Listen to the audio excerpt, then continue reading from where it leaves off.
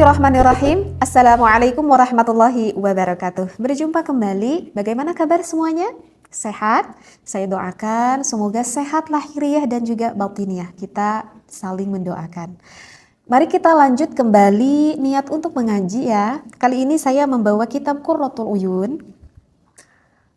Bagi yang udah sering ngaji bareng saya mungkin udah paham. Kitab apa ini Qurratul Uyun? Di sini faslun yang ingin menerangkan adab-adaban ataupun tata krama, salah satu tata krama, karena adab-adaban itu banyak banget. Ini adalah salah satu adab-adaban ataupun tata krama ketika suami dan juga istri berhubungan. Baik, bismillahirrahmanirrahim. Bismillah, alhamdulillah, wassalatu wassalamu ala rasulillah. Tetapi mohon maaf sebelumnya ya, jika ada referensinya enggak saya tamat dibacakan karena ini cukup panjang juga dan takut memakan waktu. Jadi saya bacanya tidak sampai semuanya. Baik. Bismillahirrahmanirrahim. Bismillah, alhamdulillah, wassalatu wassalamu ala rasulillah. Akhbara rahimahullahu anna min adabil jima'i alla yujami'ar rajulu zawjatuhu. Nah, di sini dikatakan sebagian dari adab-adaban ataupun tata krama ketika suami istri melakukan berhubungan, maka tidak boleh suami kepada istrinya fi thiyabiha bal hatta tanza'aha kullaha wa tadkhulu ma'aha fi lihafin wahidin. Jadi gini, di dalam kitab ini dikatakan jika seorang suami istri yang ingin melakukan berhubungan, maka jangan sampai masuk ke dalam pakaian istrinya. Aduh, gimana juga, susah juga ya. Jadi artinya untuk suami dan juga istrinya, maka hatta tanza'aha kullaha.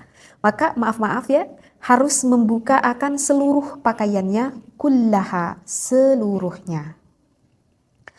Kemudian watadkhulu ma'aha fi lihafin wahidin. Nah, adab tata kramanya adalah ketika sudah membuka helaian yang ada di tubuh seorang suami dan juga istrinya, maka tata kramanya masuk suami dan istrinya di dalam satu simbut. Seperti itu.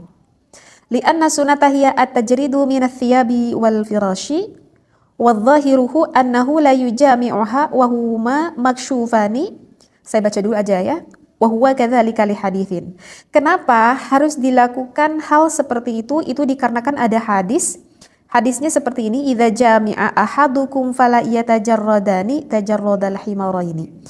Karena ada hadis yang mengatakan barang siapa ketika suami istri melakukan hubungan dengan keadaan bertelanjang keduanya antara suami dan istri, maka itu diserupakan.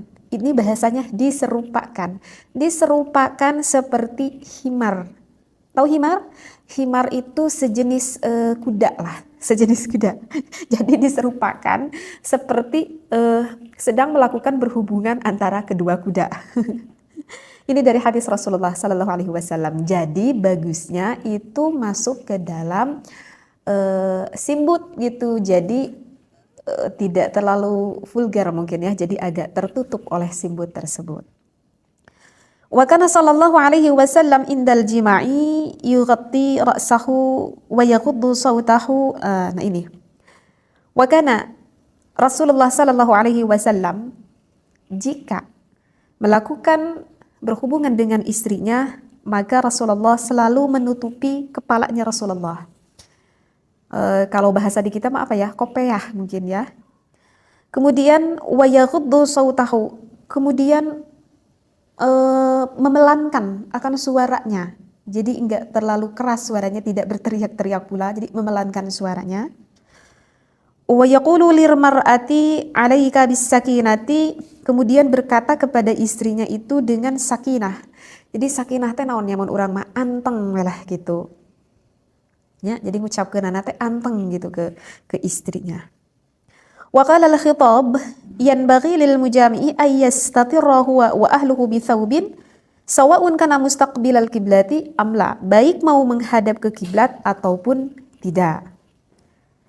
Bahkan ini ada di dalam kitab yang lain, bisa ditemui qala fil madakhil, ada di dalam kitab madakhil, wa yanbaghi, dipentingkan banget alla yujami'aha wa huma maksyufani bihaitsu la yakunu 'alaihima syai'un mustaturruhuma. Jadi sama juga sih keterangannya seperti itu ya, di dalam kitab Madakhil juga penjelasannya sama, dikarenakan ada hadis Rasulullah Shallallahu Alaihi Wasallam dan hadisnya juga sama apa yang sudah saya sampaikan seperti itu. Bahkan waqad kana as-Siddiq radhiyallahu anhu, Sayyidina Abu Bakar Siddiq pun jika melakukan berhubungan dengan istrinya maka yughatti ra'sahu, maka Sayyidina Abu Bakar As-Siddiq selalu menutupi kepalanya. Kenapa dilakukan seperti itu?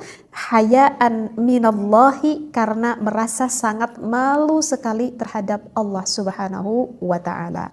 Nah, ini adalah yang saya bacakan adab, akhlak, tata krama ya. Jadi sekali lagi, yang saya sudah bacakan ini adalah ilmu akhlak, ilmu adab-adaban, ilmu tata krama. Baiknya kalau kita mau melakukan berhubungan antara suami dengan istri, Rasulullah melakukan halnya seperti itu. Rasulullah dan juga para sahabatnya ketika menggauli istrinya merasa malu sekali jika bertelanjang seperti seumpamakan seperti himar ataupun seperti kuda. Tetapi memang dianjurkannya bertelanjang. Tetapi setelah bertelanjang maka selalu masuk ke dalam selimutnya, gitu ya, masuk ke dalam selimutnya. Kenapa melakukan hal seperti itu? Bahkan selalu menutupi kepalanya saking merasa malu. Rasulullah dan juga para sahabat saking malunya kepada Allah Subhanahu wa taala. Itu yang menjadikan alasan akhlakul karimah yang baik seperti itu. Nah, ini belum jelas. Ini belum selesai nih penjelasannya. Faidatani. Saya bacakan aja deh ya, biar enggak lama. Al-ula fit tajridi min athiyabi 'inda an-naumi fawaidu minha anna fihi rahatul badani min harakatin nahari wa minha suhulatu taqlibi yaminaha wa shimalan. Nah, jadi begini. Nah ya. Kemudian ada kelanjutannya. Nah, terus bagi kita nih. Bagi kita misalkan ada sebagian ketika melakukan berhubungan, aduh gimana ya teh, kalau aku masuk ke dalam selimut kok aku rasakan kurang nyaman. Misalkan, kenapa kurang nyaman? Karena di sini dikatakan bahwa untuk suhulatut taqlibi yamiyana wa syamalan, jadi susah gitu untuk membulak-balikan mau ke arah kanan ataupun mau ke arah kirinya, itu misalkan sulit gitu kalau masuk di dalam selimut, misalkan alasannya seperti itu. Ataupun alasan yang lainnya misalkan min harakatin nahari, atau dikarenakan alasannya aduh kalau saya pakai selimut teh kok kayaknya gerah, kok kayaknya ke badan itu kok agak panas, misalkan seperti itu ya. Jadi sekali lagi kalau misalkan di antara suami istri yang merasa kepanasan kalau misalkan pakai selimut ataupun merasa nggak nyaman untuk maaf melakukan beberapa gerakan sehingga menyulitkan untuk mau pindah ke arah kanan ataupun ke arah kiri, apakah diperbolehkan jika tidak memakai selimut? Nah, maka itu jawabnya menurut fikih diperbolehkan. Katanya tadi, yaitu kan menurut akhlak, menurut adab, menurut tata krama. Kalau Rasulullah dan para sahabat saking hatinya merasa malu kepada Allah, ya selalu menutupi dengan selimut. Ya kalau kita merasa gak nyaman, ya tanya keimanan kita sejauh mana rasa malu kita kepada Allah, seperti itu.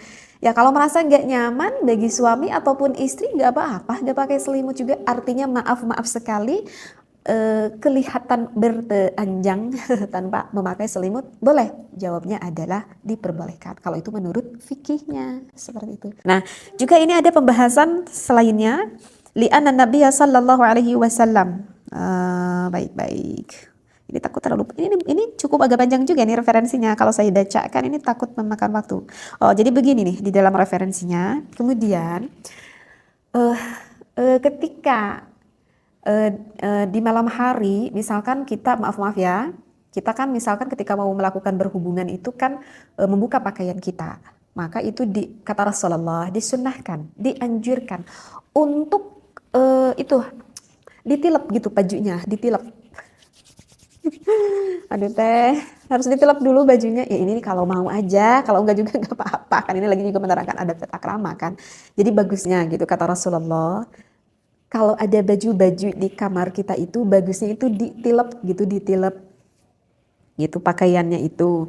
Kenapa? Karena kalau misalkan pakaian yang enggak dirapihkan, pakaian yang enggak ditilep gitu, eh misalkan ketika kita tuh mau melakukan berhubungan, kita buka pakaian di deket apa itu di deket kasurnya gitu, gitu kalau muruk misalkan anak gitunya, maka pakaian itu akan dipakai oleh syaitan seperti itu. Jadi ketika kita nanti memakai pakaian itu lagi dan pakaian itu sebetulnya udah dipakai oleh syaitan, hanya nggak terlihat aja oleh kasat mata kita. Seperti itu. Ataupun ketika kita hendak mau tidur, kalau bisa jangan sampai baju itu yang naon atunya bahasa Indonesia nate jadi ngalumuruk begitu si acuk teh gitunya. Dinu naon we ieu mah gitu. Nah, itu tuh kurang baik. Jadi bagusnya ketika kita mau tidur rapihkan dulu pakaiannya karena ketika pakaian yang enggak ditilap itu kata Rasulullah, maka pakaian itu akan dipakai oleh iblis ataupun oleh syaitan. Maka ketika nanti kita mau memakainya lagi dan pakaian itu sebenarnya udah dipakai oleh syaitan seperti itu ya. Begitu. Ya udah deh, gitu aja deh ya. Sekarang yang ingin saya bahas dulu enggak ada. Ini sebetulnya sih masih banyak ya penjelasannya, masih banyak banget. Tapi insya Allah deh ya, lain waktu kita ngaji lagi sedikit-sedikit. Jadi mudah-mudahan apa yang sudah saya sampaikan ini wabil khusus apa yang saya sampaikan ini untuk pengantin istri, untuk pengantin suami istri ini ya gitu ya. Tapi sih sebetulnya waktu di pesantren juga ya saya dikajinya sebelum menikah. Gak apa-apa kita tahu ilmu ini, gak apa-apa kita tahu ilmu ini. Yang penting kita bagaimana menyikapi akan ilmu yang kita dapat. Berpikir positif aja. Ketika kita udah menikah kita gak repot. Ya, ketika kita nanti menikah kita gak terlalu repot karena kita udah karena kita udah banyak tahu ilmunya. Seperti itu. Ibaratkan kalau misalkan kita mau melakukan ibadah haji, ya. Kita mau melakukan ibadah haji, coba kita mengetahui ilmunya itu ketika sedang berangkat pergi ke Mekah atau sebelumnya.